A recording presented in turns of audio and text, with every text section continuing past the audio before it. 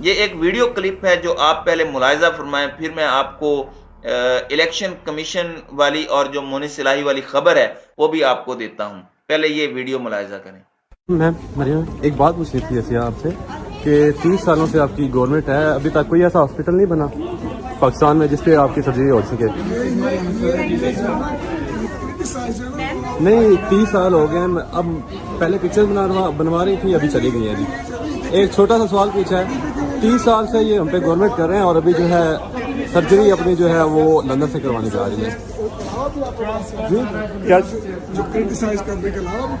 نہیں، وہ ان سے ایک سوال پوچھا ہے، اس کے بعد جو ہے چلی گئی ہیں، بھاگ گئی ہیں، پہلے جو ہے وہ بات کر رہی تھی۔ تو ناظرین کرام، یہ ان کے ساتھ ہوا ہے اور یہ ایک ٹریلر ہے، اور بلا شبہ یہ ایک سوال ہے اور اس سوال کا جواب انہیں دینا چاہیے تھا۔ اب اس سب کے اندر الیکشن کمیشن نے چونکہ اب عمران خان کو نااہل کرنا ہے توشہ خانہ کیس میں، اور یہ چیز اب بڑی کنفرم ہو چکی ہے، تو عمران خان کے اکاؤنٹس کی جو تفصیلات ہیں وہ اس وقت الیکشن کمیشن آف پاکستان مانگ چکا ہے اسٹیٹ بینک سے، اور یہ بنیادی طور پر توشہ خانہ سے لیے گئے تحائف کے مالی گوشواروں میں ظاہر نہ کیے جانے کا ایک کیس ہے کہ جو آپ کو تحائف ملے وہ آپ نے لے لیے توشہ خانہ سے، وہ تو ایشو نہیں مان رہا۔ اگر وہاں سے بچت ہو رہی ہے اور وہاں سے کچھ نہ ہوا تو پھر state bank of Pakistan Imran Khan کے اکاؤنٹس کی تفصیلات وہاں سے منگوائی گئی ہیں کہ اگر آپ نے جو اپنے گوشوارے جمع کرواتے ہیں، ٹیکس گوشوارے جو آپ ڈکلیئر کرتے ہیں، آپ نے ایک چیز لی ہے، آپ نے وہ چیز بیچی، آپ کے پاس زیادہ پیسے آ گئے، تو آپ نے وہ ڈکلیئر کیوں نہیں کیے؟ تو کچھ ٹیکنیکل ناک آؤٹس کے لیے اس وقت بالکل سر توڑ کوششیں کی جا رہی ہیں۔ اگر کسی کو لگ رہا ہے کہ عمران خان کے ٹیکنیکل ناک آؤٹ پر کام روک دیا گیا ہے تو یہ خام خیالی ہے، اور اس کا ادراک ہماری اطلاعات کے مطابق خان صاحب کو بھی بخوبی ہے، اور اس لیے تیاریاں بھی تیز کر دی گئی ہیں، اور باقاعدہ طور پر الیکشن کمیشن نے اسٹیٹ بینک کو خط لکھ دیا ہے عمران خان کے تمام اکاؤنٹس کی تفصیلات کے لیے، اور الیکشن کمیشن کو یہ سب فراہم کرنے کو کہا گیا ہے۔ تفصیلات ملنے کے بعد پھر تمام چیزوں کا جائزہ لیا جائے گا، اور اسٹیٹ بینک سے بینک اکاؤنٹس کا جائزہ لینے کے بعد توشہ خانہ ریفرنس پر اپنا محفوظ فیصلہ جو ہے وہ سنایا جائے گا۔ تو آپ سمجھ سکتے ہیں کہ یہ چیزیں کس طرف کو جا سکتی ہیں۔ 19 ستمبر کو یہ فیصلہ محفوظ کر لیا گیا تھا، یعنی ایک تلوار جو ہے وہ خان صاحب پر لٹک رہی ہے، اور آڈیو کیس لیکس پر بھی ایف آئی اے کی تحقیقاتی سب کمیٹی تشکیل دی گئی ہے، اور ایف آئی اے کی تحقیقات اور اس کے اندر بڑا اعلیٰ اختیاراتی کمیشن ہے، اس کا بھی اب دیکھنا ہے کہ قرعہ کس کے نام نکلتا ہے، کس پر اس کا الزام لگتا ہے، کس پر یہ پورے کا پورا معاملے کا ملبہ گرتا ہے۔ اور رانا ثناء اللہ کو جیسے ہی نیشنل سیکیورٹی کمیٹی میں اس کا سربراہ بنایا گیا، سوال یہ پیدا ہوتا ہے کہ سائبر سیکیورٹی کا رانا ثناء اللہ سے کیا تعلق ہے، انہیں اس چیز کا کیا پتہ ہے؟ دوسرا، پولیٹیکل وینڈیٹا جو ہے وہ بھی سامنے آئے گا۔ اب یہاں پر ایک اور خبر ہے، وہ رہ نہ جائے، وہ چودھری پرویز الہی کے حوالے سے ہے جو اس وقت لندن میں ہے۔ تو چودھری مونس الہی کی لوکیشن کے حوالے سے بھی سوالات تھے، اور مونس الہی پرویز الہی کے ساتھ لندن جا چکے ہیں، یہ بھی ایک خبر آئی تھی، اس پر بھی بہت کنسرن تھا۔ تو لندن کے اندر پرویز الہی کی نواز شریف یا آل شریف میں سے کسی سے ملاقات جو ہے اس کی مونس الہی نے باضابطہ اور باقاعدہ طور پر تردید کر دی ہے۔ دوسرا، ان کی ملاقات ہوئی ہے عمران خان کے ساتھ، یعنی جس میں اسد عمر، مونس الہی اور دیگر افراد شامل تھے، اور اس کے اندر نہ صرف آگے کی اسٹریٹجی بلکہ جو لانگ مارچ ہے اسے کس طرح سے حتمی طور پر کامیاب بنانا ہے اور کس طرح سے تمام تر چیزیں کرنی ہے، اس پر مکمل طور پر کام جو ہے، جو اسٹریٹجی ہے وہ ڈسکس ہوئی ہے مونس الہی کی خان صاحب کے ساتھ۔ تو وہ ایک رومر جو تھا کہ لندن میں آل شریف سے ملاقاتیں ہو رہی ہیں، اور یہاں تک سوشل میڈیا پر چل رہا تھا کہ وہ اسپاٹ کر لیے گئے ہیں وہاں پر، اور مونس الہی بھی وہاں پر موجود ہیں۔ تو یہ جو رومر تھا یہ ابھی نہیں پھیلانا چاہیے، بہت سی چیزیں ہو سکتی ہیں، میں اسے رول آؤٹ نہیں کر رہا، یہ میدان سیاست ہے۔ مونس سے جب سوال ہوا کہ کہیں آپ کے جو بڑے ہیں وہ کہیں چودھری شجاعت کی طرح ادھر ادھر تو نہیں ہونے والے، تو انہوں نے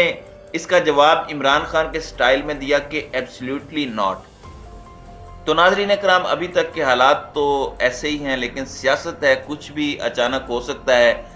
ابھی تو وہ ساتھ ڈٹے ہیں اور ڈٹے بھی رہیں، تو بھی پنجاب گورنمنٹ کو خطرات ہیں. تو دیکھتے ہیں کہ چیزیں آگے جا کر کیسے انفولڈ ہوتی ہیں. تو ناظرین اکرام آپ کی اس ویڈیو کے حوالے سے کیا رائے ہے؟ اب اپنی رائے کا اظہار کامنٹ سیکشن میں ضرور کیجیے گا.